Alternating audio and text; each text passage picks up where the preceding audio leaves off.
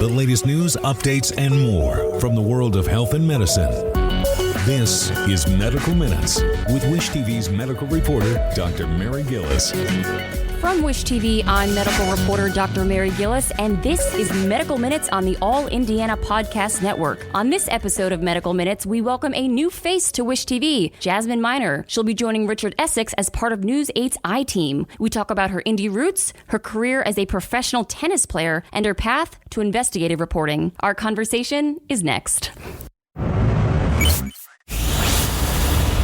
Joining us now, we have the newest face of Wish TV, Jasmine Minor. Welcome. Thank you so much, Dr. Mary. I appreciate you having me on. Really excited to be here. This is my first official welcome to Wish TV and to all of you guys out there. So I'm really, really happy to be here. We had a really interesting conversation. We hit it off right away. I think so. We really did. I think so. But first what I want to do is I'm going to get into that conversation in a little bit of what we talked about yesterday that has to do with not only your professional life, but your personal life in a very big way. So you were from Cincinnati, or were working in Cincinnati, but now you're here in Indianapolis. Yeah. So I was working in Cincinnati. I was working for the ABC affiliate there. I was a morning reporter. I did a ton of different investigations on the side, and I don't know if it was just the pandemic or this very long year we've all had where I just felt like I wanted to come home. I did grow up in Chicago, but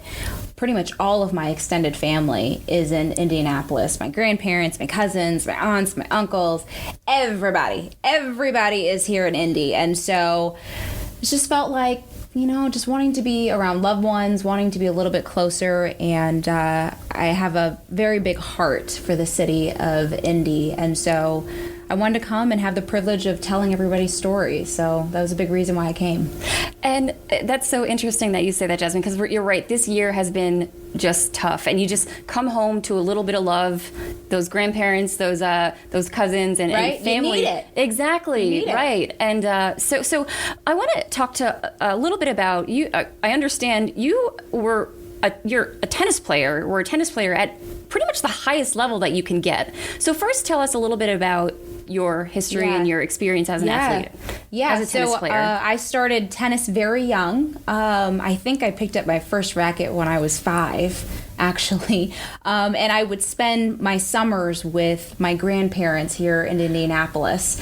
They lived very close to North Central High School, and that's where we would go for all of our summer camps there. And I followed my big sister. She was the first one to go, and there's 3 of us, three girls in the family, and we just pretty much followed one after the other. And so we all ended up playing Division I tennis. My older sister played for the University of Illinois. I played for Georgia Tech in Atlanta, and my little sister played for the University of Michigan. And so, little fun fact, because I always like to brag on baby sis, she was the first African-American woman to win an NCAA singles championship. So that's been really cool to see her there. She won that, I believe it was 2017, and she did get to play in the U.S. Open that year. So we're hoping that she'll be back on the Pro Tour pretty soon here in a couple of months. So always connected to tennis somehow. That is so exciting, and yes, proud sis, right? Right, we celebrate our sisters, right? Right, you gotta be proud with her. You know, it's such a great accomplishment. We're always very competitive with each other, but when someone does really well, it's really a blessing. It is very exciting. Yeah. Oh, wow. And that's where Indianapolis is home. The camps, and you said that you mentioned the tennis courts are really good here. Yes, tennis camps, tennis clubs. It really is a huge tennis hub.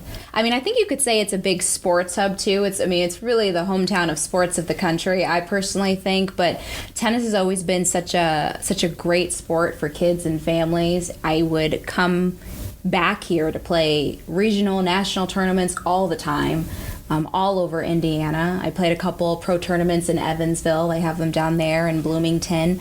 And so it's just always been a place where you felt like home. You were always welcomed here, and that's what I really loved about it.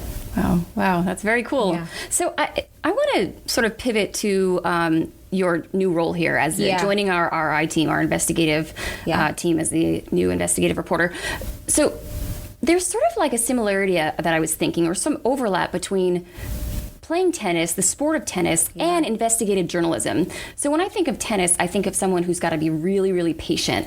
They got to be sharp. They got to be focused. They have to have like this sort of true grit, I would say. And I'm thinking that has a very similar to what an investigative reporter needs to have, those characteristics. So can you speak about the overlap between, or how being a tennis player maybe can help you be an investigative reporter? Yeah, well, I got to tell you, I think playing any sport, but particularly tennis, you understand the details really, really well.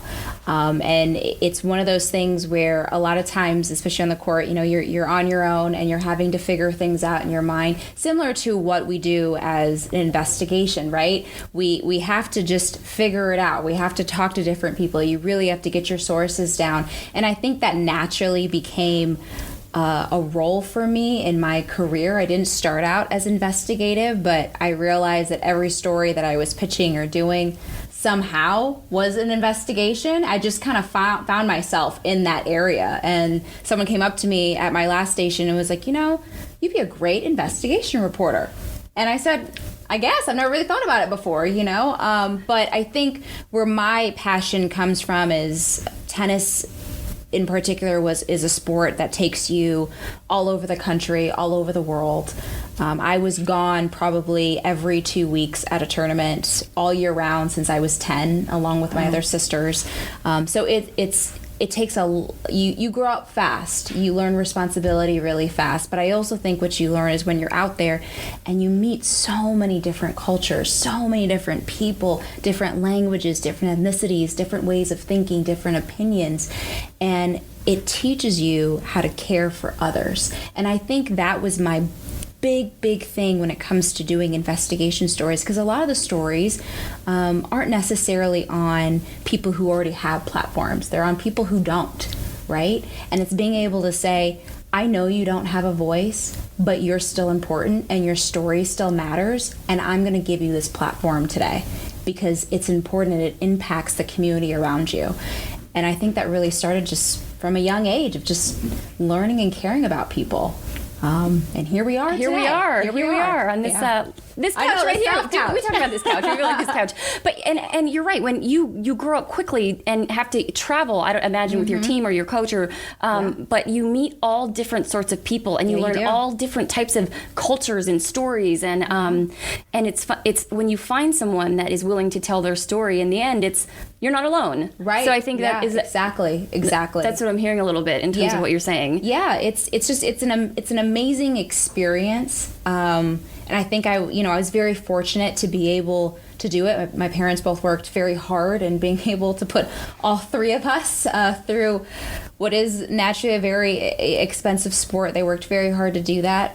But I think it takes you to different places, and you learn so much more about yourself and about the communities around you. I think sometimes when we stay in the same place for a long time, it's hard for us to understand how other people think, right? And especially when you think about this past year, being able to listen to others, that's huge. That is so huge when we think about moving forward. So I'm really excited. I'm really, really excited to be able to have the privilege of telling all your stories out there. Well, that's so fascinating. That's really great. And so Jasmine, we got to talking yesterday about specifically a story that had that was health related. Yeah. And it came from sort of a personal experience that you had as an athlete, and then developed into something much larger. Yeah. So would you talk about that investigative piece that you had done at your previous station? Yeah, so I did a 3-part series that really looked at the mental trauma that specifically Black athletes experience.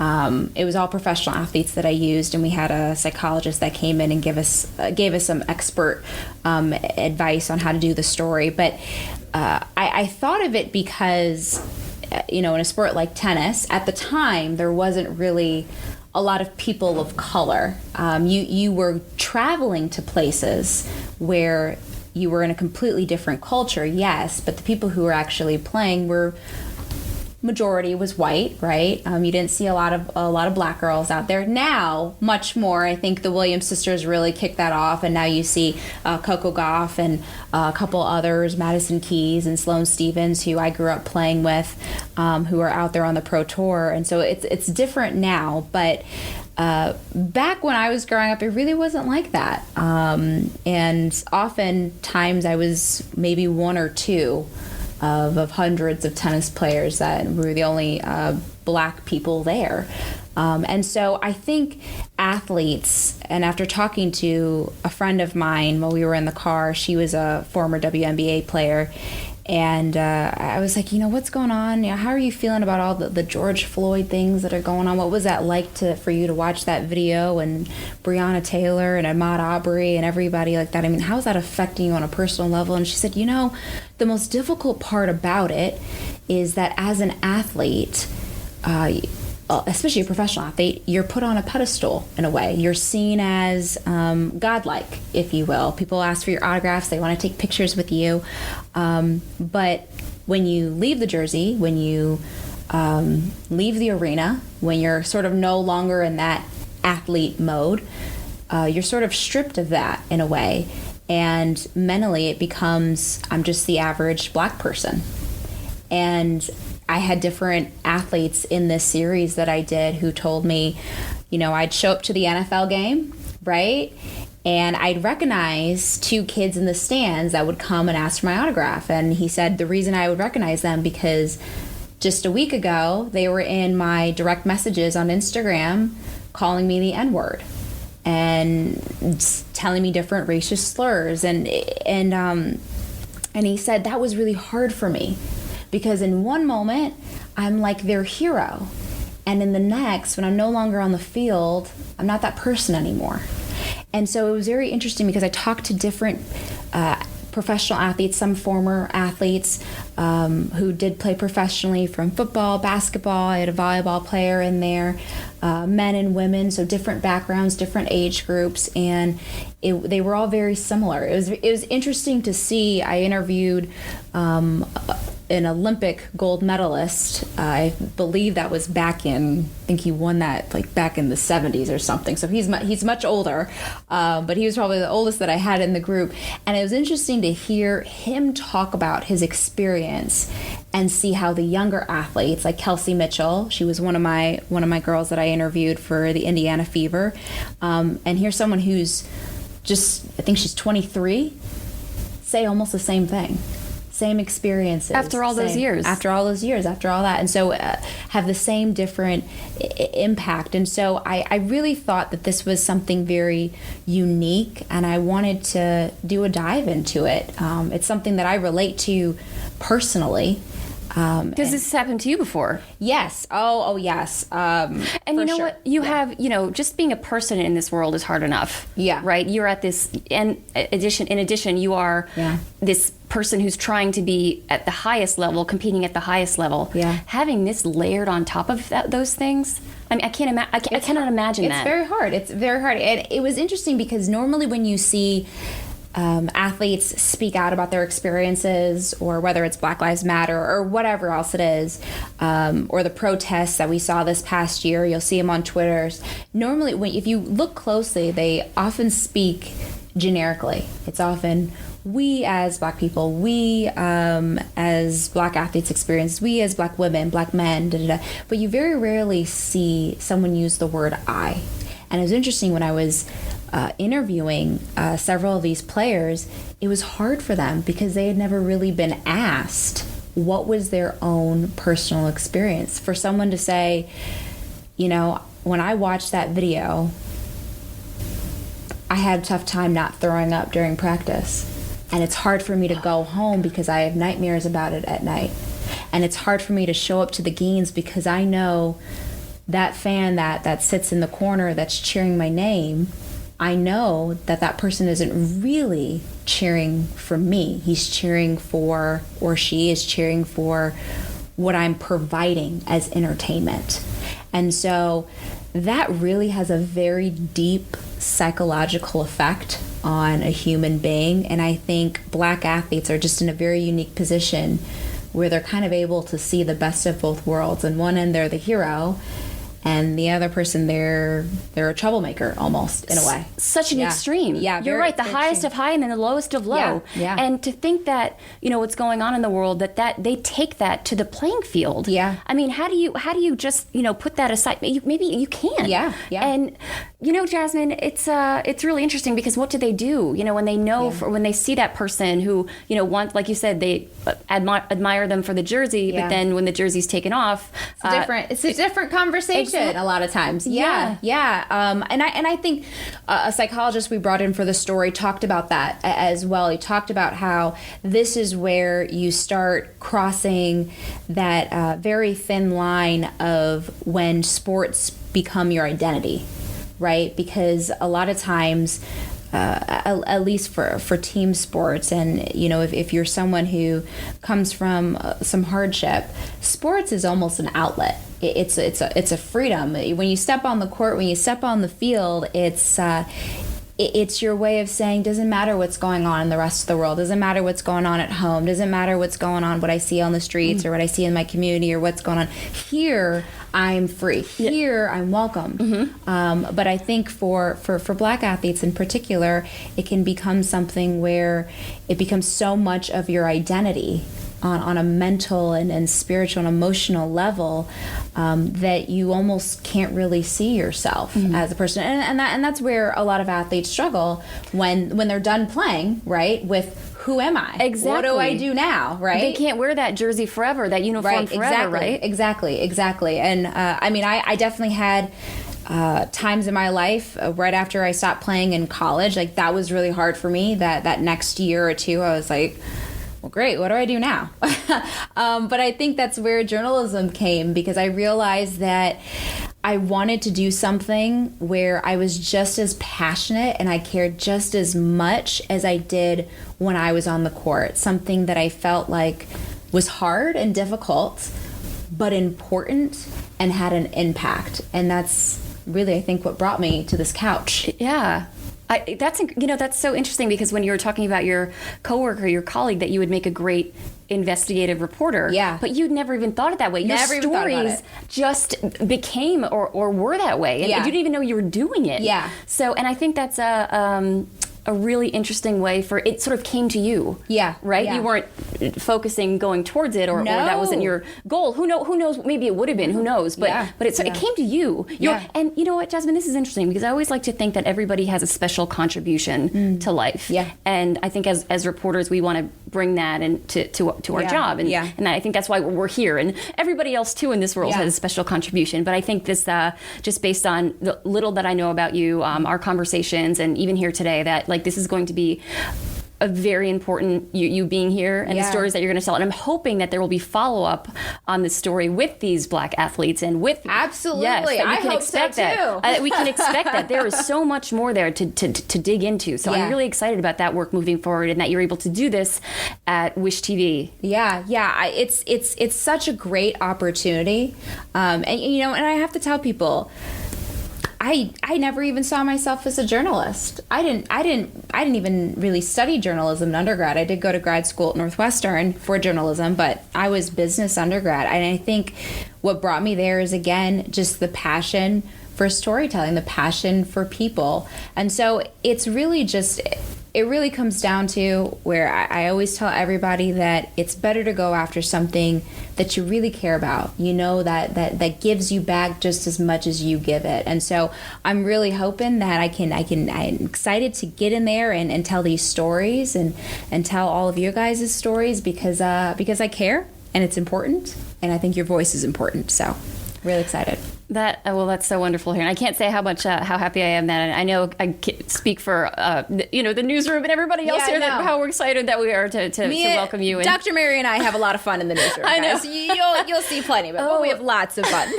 And it's only day 3. So. Only day 3. Well, you know what? Let's do a little bit of a Q&A. All right, I'm going to put you on the spot a little bit. Are you okay with that? All right, I'm good. Okay. Your favorite place where you traveled? Tournament. My gosh. Oh, that's a hard one. Oh, I'm not taking it easy on you. I know you're not taking it easy on me. Oh my gosh. I know it sounds Go ahead, it's okay. less exotic, but I really, really loved, we had to go to Phoenix, Arizona every Christmas. So the only holiday where there literally was not a tournament, I think, was like July 4th, maybe. But literally every other holiday, including Halloween, Christmas, Thanksgiving, whatever, we were on the road. And I loved Phoenix, Arizona because the surrounding community, they, for whatever reason, even though we were kids at the time, they loved coming out and watching us and cheering us on, even though they didn't actually know us and we were not professional athletes. Like, this is when I was like 12, 13, 14, right? So they'd come out and they'd cheer you on. They'd, like, you have your own little fan club, right? And they'd bring stuff, and I mean, it was exciting. And when you're having to be away and kind of at work, if you will, over Christmas and not getting, you're having your little tree in the, hotel room and all that kind of stuff. You needed some stuff like that. So it was always very cool because for that tournament, all the players, it was like one big family, and all the coaches and parents, even though we were competing against each other, it was always such a good time. And then, of course, being able to see like the Grand Canyon and explore and stuff like that. Yeah. So I got to say that's my favorite. Okay. So you got a little bit of a, for lack of a better word, playtime. After. A little bit. Sometimes you hoped you didn't, because usually if you had playtime, it means you lost. Oh no, and that's right. You were just there, so you were kind of hoping that you got through the whole tournament, and then. But my parents always tried to pick out one thing. Like one huge thing. I remember when we went to California and I saw, the Hollywood sign and the sidewalk with all the stars and everything for the first time. And just, little things like that, Yeah, but that's important. Huge. It's important to do it. Yeah. And then, okay, so we'll talk about, last book you read. The last book I read, Trailblazer by Dorothy Butler, who was the first African-American female reporter at the Washington Post. Oh, wow. Yes. What a great name, Trailblazer. Yes. Look at the truth. Yes. She, honestly, I love picking up different books.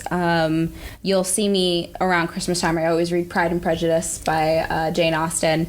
Every Christmas, I'm a hopeless romantic, guys. I love that. So I'll read everything. But no, I wanted to pick up that book by Dorothy because with everything that is going on this year, I felt like, you always need some advice from people who have done it before you. And she's just such an inspiration and such a great motivational speaker that I pray that y'all get her book out there. It really was very, very good. Yeah. Oh, okay. Excellent. We'll have to check it out. I'll have to check it out too. I mean, I always love reading books based on, when people have experiences in the field or even not in the field, because, you learn so much from their path, and then it's sort of like you take away what you like and you can leave the rest. So, I do a lot of that with self-help books anyway, but it's certainly not a self-help book. But it's great to, learn someone's journey. That sounds incredible. Yeah. And so we're talking a lot about psychology and taking care of oneself and managing the sort of heavy things in life. And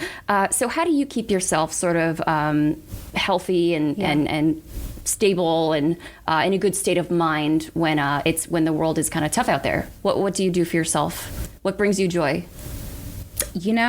Two things. Randomly, I'll have a little dance party by myself. You know what I mean? Like, I'm being so serious with you. So when I was at Northwestern for grad school, I was on, they had a little community board or whatever for students, and I was the community outreach. And I had 3-minute dance parties because, journalism students are very stressed all the time, I'm sure.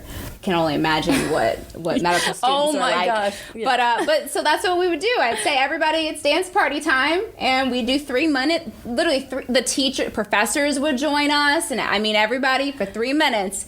All you had to do was dance. That was it. So I'll do stuff like that. But most recently, I do like painting. Yes, I love painting. I'm not like a professional or anything. I'm not like crazy good. But a couple years ago, my little sister Bree, she had a tennis injury, and she was out for a little bit with tennis and didn't know what to do with her time. So she started painting canvases, and then my older sister said, well, why don't we do this as a Christmas gift? So every year we paint each other canvases, and like I told you guys earlier, it gets competitive. We, older sister always wins. I don't know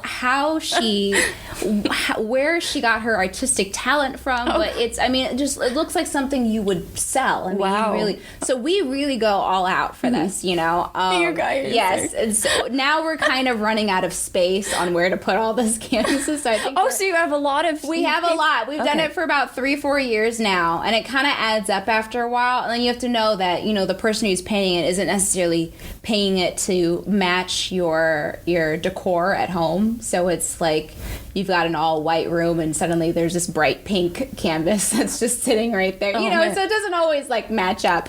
But yeah, so I think we'll try to find more creative things to do going forward on Christmas. But yeah, painting was just because it's just one of those things where I could just sit, put on some Billie Holiday. That's my favorite musician. Okay.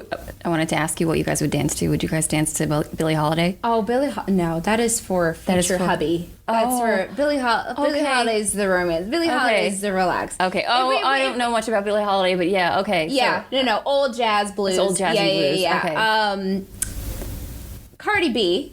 Is always a great, right? Always great thing to dance to. A little pump up, right? A little pop. I think me and my little sister, we always have a Disney marathon singing, and we just saw Cruella, and so had a great soundtrack there. All right. Yeah, I honestly think anything that just gets you up and moving is great, and also anything where you can just sit and rest. I realize that. I don't know if it's just my generation or maybe it's just me where I'm just not very good at just resting. We're always turning on Netflix and watching. We're on our phones all the time. And as journalists, we're so connected to everything. Finding something where you just block out a little bit of that at least and just big time. Yeah, just have some fun. Oh, I totally get that. I think we're all in need of that. So I'm thinking that we should start a dance team here at Wish TV. Let's do it. And you know what?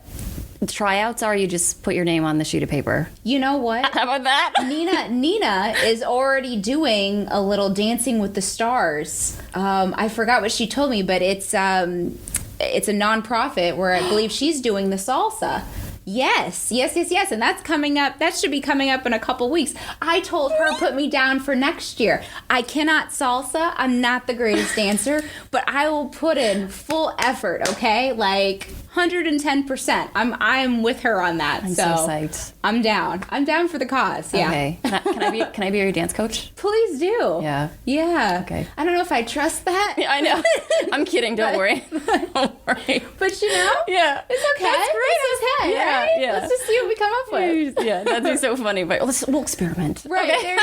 There you go. Right. Oh my gosh. Well, Jasmine Minor, so great to have you here. What a wonderful conversation, and we were so excited for what's to come with you here at Wish TV. Well, thank you so much, Mary. I really appreciate being here. So excited to meet all of you guys and tell your great stories. This has been Medical Minutes from Wish TV. I'm medical reporter Dr. Mary Gillis. Be sure to follow and subscribe to this podcast and check out new updates every week. You can also learn more at wishtv.com and when you follow Wish TV on Facebook. Learn more and get more with Wish TV. Online at wishtv.com and when you follow Wish TV on Facebook. Be sure to check out more great podcasts from the All Indiana Podcast Network now at allindianapodcastnetwork.com.